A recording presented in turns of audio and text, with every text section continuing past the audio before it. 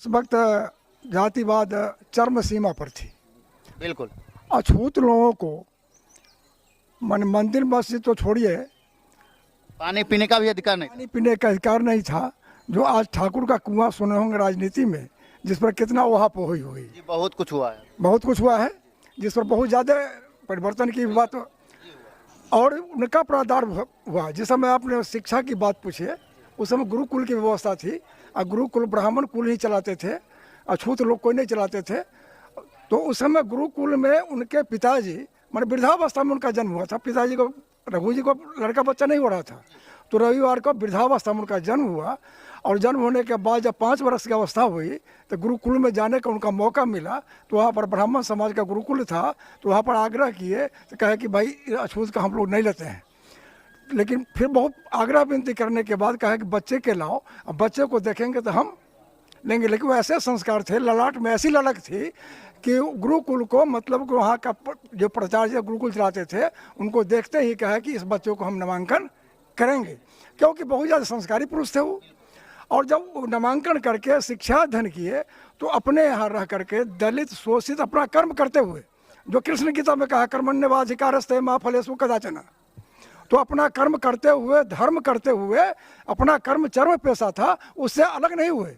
अपना कर्म करते हुए और समाज को जगाने का काम किया, संगीत के माध्यम से, लेखनी के माध्यम से, मैं सारी बात से समाज को जगाने का काम किया। और शिक्षा का प्रथम अगर मतलब कि उत्पादन करने का काम किया। अगर नीचा समाज में है तो प्रथम गुरु थे शिक्षा का, तो वो थे। बाद में जा करके आपको ज्योतिबा फूले आए हैं और प्रथम महिला का शिक्षा सावित्रीबाई फूले आई है, जिसको कितना प्रताड़ना हुई है जो आपको चैनल के आप लोग खूब जानते होंगे। इसमें उस कड़ी में ही सम्राट अशोक पैदा हुए थे, जो कितना सभी लोग मतलब राजा महाराजा हुए, लेकिन सम्राट अशोक का जैसा कोई नहीं हुआ। कोई नहीं हुआ। सम्राट अशोक का कहानी है जो पाटलिपुत्रा से ताइवान तक के, मतलब कि मैंने वहाँ तक पैदल जाते थे। इस समय मतलब कि ना बम थी, ना पिस्तौल थी, लाठी वाला नहीं, पैदल मार्च, सड़क मार्च से जाना का काम है। तो उतने बड़े हुए। भीमराव अम्बेडकर जो मैंने शिक्षा के लिए कहे, शिक्षित हो, संगठित हो, संघर्ष करो। वह नीचे पावदान पर जो थे, जिसको शोषित कहते हैं, दलित कहते हैं, पीड़ित कहते हैं, जिसका आवाज़ मतलब कि बोलना भी मुश्किल किसी के सामने था, उस समय उन्होंने जागृति दिया, उठाने का काम किया। तो आज तो बहुत सुधार है, बहुत सुधार है। और हम चाहेंगे कि इस पर रविदास जयंती को मूर्ति बना के पूजा करने से याद के लिए है, लेकिन ये जयंती समारोह नहीं है। इनकी बराबर इनके मार्गदर्शन पर चलने का सभी को सलाह देंगे। और अपने अपने बच्चों को जब तक के शिक्षित नहीं बनाएंगे, शिक्षा के आगे नहीं बढ़ाएंगे, शिक्षा ही एक ऐसे मास्टर चाबी है जो दुनिया के हर ताला को खोल सकता है। इसलिए हम सभी महिलाओं से और यहाँ उपस्थित सज्जनों से बात करेंगे कि अपने अपने बच्चों को शिक्षा के लिए प्रेरित करें और शिक्षा में भेजें। ये पूजा करने से कुछ नहीं होगा, उनके जो मूल अधिकार है वो जानना जरूरी है। सबसे पहले पूजा के माध्यम से हम उनका आकृति देख करके, उनका किया हुआ गुण के, उनके विचारधारा पर चल के ही आगे बढ़ सकते हैं। जब तक कि विचारधारा पर नहीं चलेंगे तो पूजा करने से कोई बात नहीं, कोई उसका कोई मायने नहीं है। इसीलिए उनके विचारधारा पर चलना हमको जरूरी है। महापुरुष आए थे विचार देने के लिए और समाज को उत्थान करने के लिए, कल्याण करने के लिए। तो उनको विचार पर चलेंगे तब ना कल्याण होगा। और जब विचार पर नहीं चले कल्याण क्या होगा? तो उनके विचारधारा से जुड़े, उनके विचारधारा पर ही समाज हम लोग चले, हम आगे बढ़ेंगे। घर में बैठे रहेंगे, सोए रहेंगे कि रविदास जी जैसा किए वैसा सो के हमको हो जाएगा, वैसा कभी हो नहीं सकता। ऐसा नहीं है, उसके लिए करना पड़ेगा। अब भक्त सब हुए, लेकिन शिरोमणि क्यों नाम पड़ा? एक छोटी सी कहानी है कि उस समय में मतलब कि एसी वर्ग के लोग को, माने राजा भोज हुआ करते थे, जिस समय इनका पदार्पण हुआ राजा भोज हुए थे। तो उनके यहाँ मतलब कि ब्राह्मण समाज का ये जितने भी एसी के लोग थे, दलित समाज के लोग थे, पोखरा पहले तक कुआं और पोखरा स्नान करने के लिए था। वहाँ पर तो मैंने नल जल और ये सब नहीं था, तो कुआं पोखरा में स्नान करने थे। तो 4 बजे भोर में दलित समाज के लोग कुछ जाके स्नान कर लिए पोखरा में। तो वहाँ के ब्राह्मण समाज जा करके राजा शिकायत किए, अब दलित समाज मतलब पानी गंदा कर दिया है, तो इसमें हम कैसे स्नान करेंगे? इसको पर लिए कुछ सोचा जाए। तो कहा क्या करना होगा? तो इन लोगों को मतलब समय दीजिए कि मतलब कि मैंने 10 बजे के बाद ही लोग स्नान करने जाएंगे, 10 से पहले नहीं करेंगे। कहा ये मस्तू। इसके बाद कहा कि मतलब कि ये चाहेंगे रास्ता पर चलेंगे, मैंने इतना शोषण था। तो आगे मतलब नहीं, उस रास्ते में थूक भीगेंगे तो उस पर हमको चलना पड़ता है, पैर में गंदगी लग जाएगी, हम अछूत हो जाएंगे। इसीलिए उसमें एक मैं हारी हाड़ी बांध दिया गया। हाँ, और पद चिन्ह जो चलेगा उस पर पीछे में झाड़ू बांध दिया जाए, उसको झाड़ू से बाहरते हुए चलेंगे ताकि हम पद चिन्ह नहीं देखें। हो गया अन्याय। और जो अगर इस पर जो चलने की कोशिश किया, जो पहले उठने की कोशिश किया, उसको क्या किया कि लाठी डंडे से पीट करके कहा कि मारते रहो। अगर वेद का बात कुछ कहे तो उसको कान में शीशा का उसको जीभ काट लिया जाए। माने इतना बड़ा प्रताड़ना थी उस समय में, इनका प्रादुर्भाव हुआ। और उस समय लड़ाई की। फिर मतलब लोग जब इस समाज के लोग गए तो राजा कहे हम लोगों को तो जीना अब दुर्लभ है, हम लोग कैसे जिएंगे, 10 बजे तक के घर में रहेंगे, महिला घर में रहेगी तो फिर मतलब जीविका कहाँ से चलेगा, हम गरीब आदमी पालन पोषण कैसे चलेगा। तो राजा कहा इसके लिए कौन विचार होगा, कौन विचार होगा। तब जाकर के वहाँ पर मतलब कुछ हल्का सा छूटा, मैं इतनी परेशान, कुछ छूट हुई वहाँ पे जाकर, कुछ छूट हुई। तब कहा कि तब तो वही छूट हुई जो हम बताया कि झाड़ू बांध के ये चले और 10 बजे के बाद ही मने निकले। मैं इतनी ये राजा का द्वारा ये निर्णय लिया गया कि उसके हाड़ बांध दिया जाए, झाड़ू बांध दिया जाए, जाकि ये कुछ सुबह में भी निकल सकते हैं जी। और इसके बाद सदगुरु जो मतलब कि ये अभी कर रहे हैं, सदगुरु भी कह सकते हैं वेदव्यास को हम। तो इनका पदार्पण जो हुआ तो एक छोटी सी कहानी है कि एक मतलब कि मैंने सदानंद शर्मा को जानते होंगे, जो यूपी के से, सब यूपी से उत्पन्न हुए थे। तो सदानंद शर्मा मतलब कि मैंने अपने माँ से कहा कि हम मतलब कि मैंने विश्वजीत कहेंगे, विश्वजीत कहेंगे। तो वह मतलब कहा कि तब उनकी माँ कही विश्वजीत वैसे हम नहीं कहेंगे, जाओ एक कबीर हैं उनसे जा कर के तुम जीत लो, तब तुमको हम विश्वजीत कहेंगे, तब कहेंगे। तो कबीर बैठे हुए थे, उनसे सतार करने के लिए गए। बहुत बैलगाड़ी पर पुस्तिका लेकर, बहुत माने उस समय बैलगाड़ी की व्यवस्था थी, उस पर लेकर गए।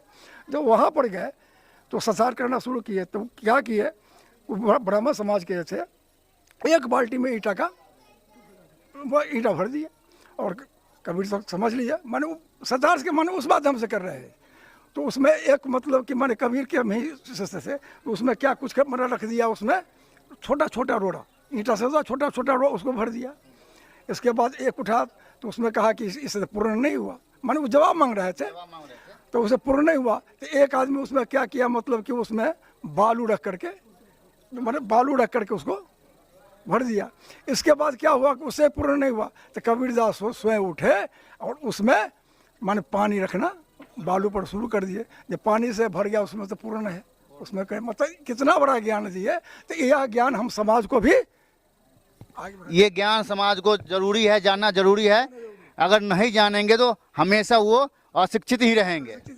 इसलिए सर्व मतलब के कहे ना, दुनिया के कैसे मास्टर चाबी है जो शिक्षा के माध्यम से आगे बढ़ सकते हैं, या धर्म हो, कर्म हो, नौकरी हो, चाकरी हो, पैसा हो, हम आगे बढ़ सकते हैं। जब तक शिक्षा नहीं प्राप्त करेंगे, जब तक उनको आगे बढ़ने का मौका नहीं मिलेगा, उनका अधिकार का कोई मौका नहीं मिलेगा। सर आप बताएं, जो कटिहार से आए हैं ना सर, अब कटिहार से आए हैं, रविदास जी के विचारधारा कितना प्रभावित है? सर आपका एक प्रश्न था कि जाति और धर्म कब खत्म होगी। आज सर जिसके पास पैसा है और एजुकेशन शिक्षा हो गया है, वहाँ से जाति धर्म खत्म हो चुकी है। मैं आपको एक से एक उदाहरण दे सकता हूँ। जाति धर्म वहीं पे है सर, टिका हुआ। जब पैसा कमाने का, जब पढ़ने का अधिकार नहीं, पढ़ेंगे ही नहीं तो पैसा कमाने का उनको तरीका कैसे मालूम होगा?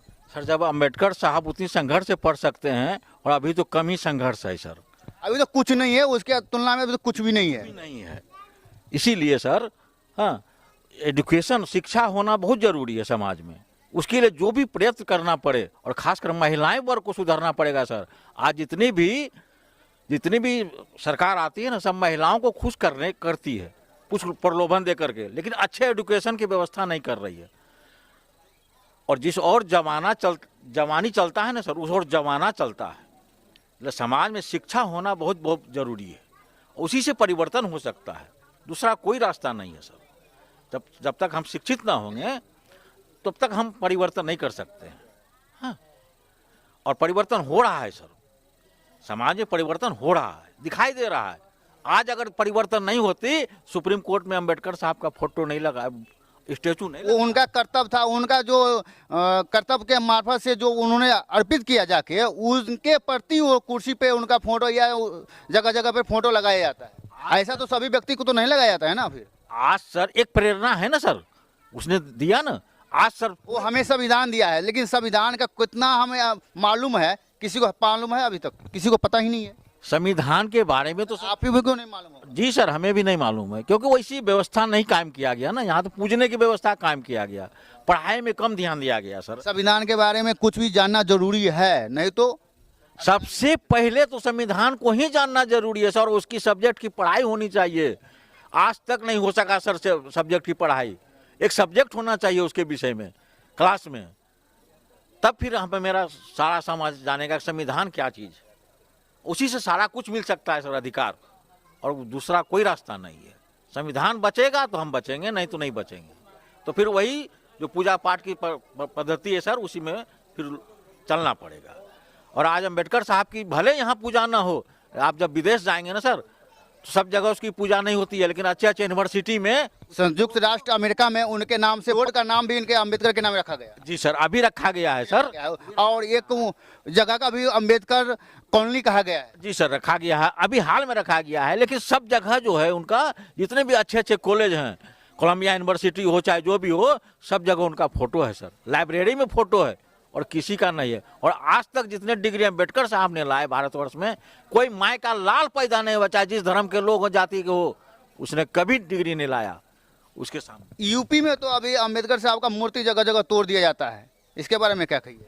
कमजोर लोग ना तोड़ते हैं सर, बड़ियार लोग को मूर्ति, जो बड़ियार रहते उसी का ना टूटता है।